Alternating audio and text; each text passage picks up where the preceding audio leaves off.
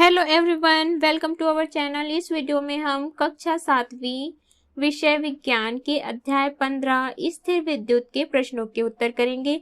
इस वीडियो को सुनने मात्र से ही आपको सारे प्रश्नों के उत्तर याद हो जाएंगे। तो अगर आपने हमारे चैनल को अभी तक सब्सक्राइब नहीं किया है तो जल्दी से सब्सक्राइब कर लीजिए और इस वीडियो को लाइक कर अपने फ्रेंड्स को जरूर शेयर करें। तो चलिए शुरू करते हैं। सबसे पहले हम पाठ के मध्य में आए हुए प्रश्नों को करेंगे। इसमें इनके उत्तर दीजिएगा। सबसे पहला प्रश्न है, किसी वस्तु के आवेशन की पहचान किस प्रकार की जाती है? इसका उत्तर है, कुछ वस्तुएं अन्य विशेष पदार्थों से रगड़े जाने पर आवेश ग्रहण कर लेती हैं। जिन वस्तुओं पर आवेश उत्पन्न हो जाता है तो वह वस्तु आवेशित हो गई। जैसे कागज के टुकड़ों को आकर्षित करने वाली वस्तुएं आवेशित वस्तुएं हैं। प्रश्न दूसरा है, आवेश कितने प्रकार के होते हैं, उनके नाम लिखिए। इसका उत्तर है, आवेश दो प्रकार के होते हैं। पहला धनात्मक आवेश, दूसरा ऋणात्मक आवेश। अर्थात समान आवेश में प्रतिकर्षण एवं विपरीत आवेश में आकर्षण होता है। अगला है प्रश्न तीसरा, किसी वस्तु को कितने प्रकार से आवेशित किया जा सकता है? इसका उत्तर है, वस्तुओं को आवेशित करने की अग्रलिखित 3 विधियां हैं। पहला, घर्षण द्वारा आवेशन। जब दो वस्तुओं को आपस में रगड़ा जाता है तो दोनों वस्तुएं आवेशित हो जाती हैं। इस विधि को घर्षण द्वारा आवेशन कहते हैं। दूसरा है संपर्क द्वारा आवेशन। किसी वस्तु को किसी आवेशित वस्तु के संपर्क में लाने पर वह वस्तु आवेशित हो जाती है। इस प्रकार के आवेशन को संपर्क द्वारा आवेशित करना कहते हैं। तीसरा है प्रेरण द्वारा आवेशन। दो वस्तुओं को प्रेरण के द्वारा आवेशित किया जा सकता है। अगला है, इनके उत्तर दीजिएगा। पहला प्रश्न, तड़ित चालक क्या है? इसका उत्तर है, तड़ित चालक में धातु की एक मोटी एवं चपटी पट्टी होती है जिसका ऊपरी शिरा त्रिशूल के आकार का होता है। इसे भवन के सबसे ऊंचे भाग पर लगाया जाता है तथा धातु की पट्टी का निचला सिरा भूमि में गहराई पर गड़ी हुई धातु तांबे की प्लेट से जुड़ा होता है।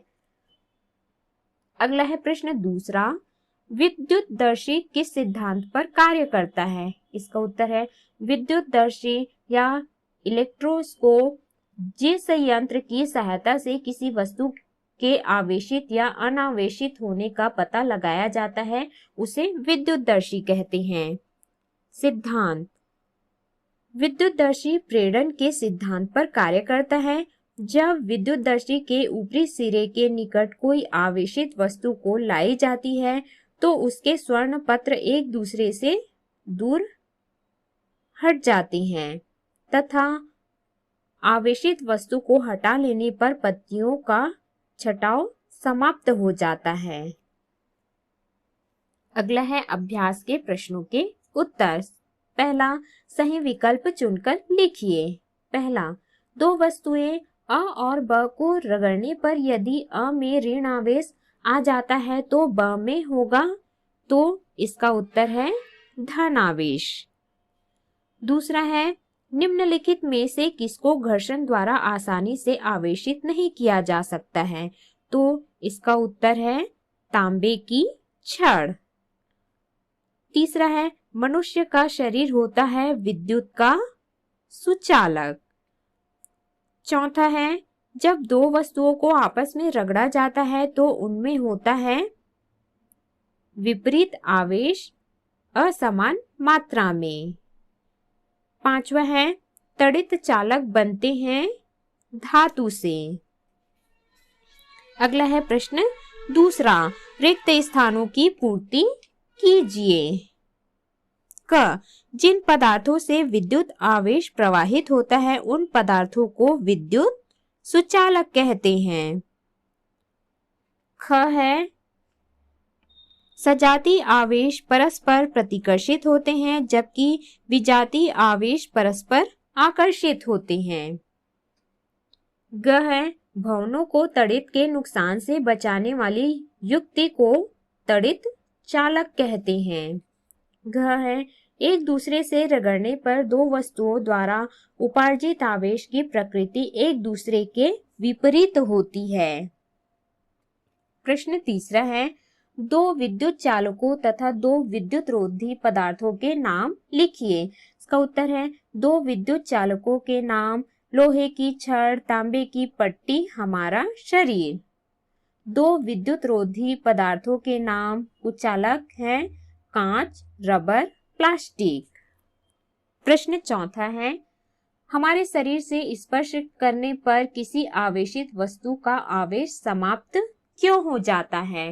इसका उत्तर है, हमारा शरीर विद्युत का सुचालक होता है, अतः हमारे शरीर को स्पर्श करने पर किसी आवेशित वस्तु का आवेश हमारे शरीर से होते हुए पृथ्वी में स्थानांतरित हो जाता है, जिससे वस्तु का आवेश समाप्त हो जाता है।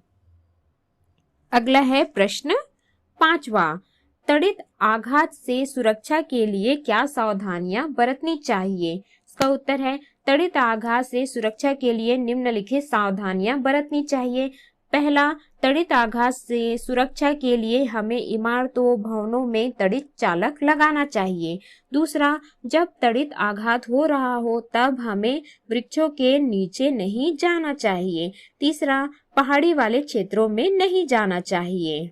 प्रश्न छठवां है, कारण बताइए। जब वर्षा हो रही हो और आकाश में बिजली चमकती हो तब पेड़ों के नीचे खड़े रहना असुरक्षित होता है, क्यों? इसका उत्तर है, जब वर्षा हो रही हो और आकाश में बिजली चमकती हो तब पेड़ों के नीचे खड़े नहीं रहना चाहिए, क्योंकि ऊंचे ऊंचे पेड़ विद्युत के सुचालक होते हैं, जिससे गर्जन के समय पेड़ में विपरीत आवेश उत्पन्न हो जाता है और उसमें विद्युत विसर्जन हो जाता है, और हमारा शरीर भी विद्युत का सुचालक होने के कारण यह विद्युत विसर्जन होने का खतरा रहता है।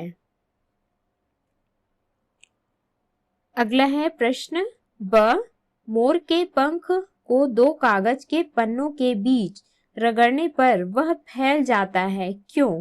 इसका उत्तर है, मोर के पंख को दो कागज के पन्नों के बीच रगड़ने पर वह घर्षण से समान आवेश उत्पन्न हो जाता है, जिससे वे प्रतिकर्षित होकर दूर दूर फैल जाते हैं।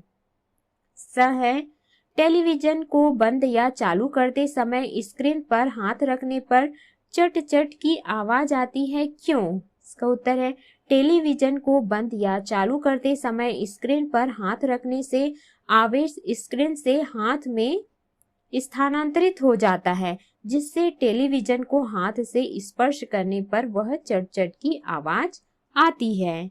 तो इस प्रकार से हमने इस अध्याय के सभी प्रश्नों के उत्तर किए। इस वीडियो को सुनने मात्र से ही आपको सारे प्रश्नों के उत्तर याद हो जाएंगे।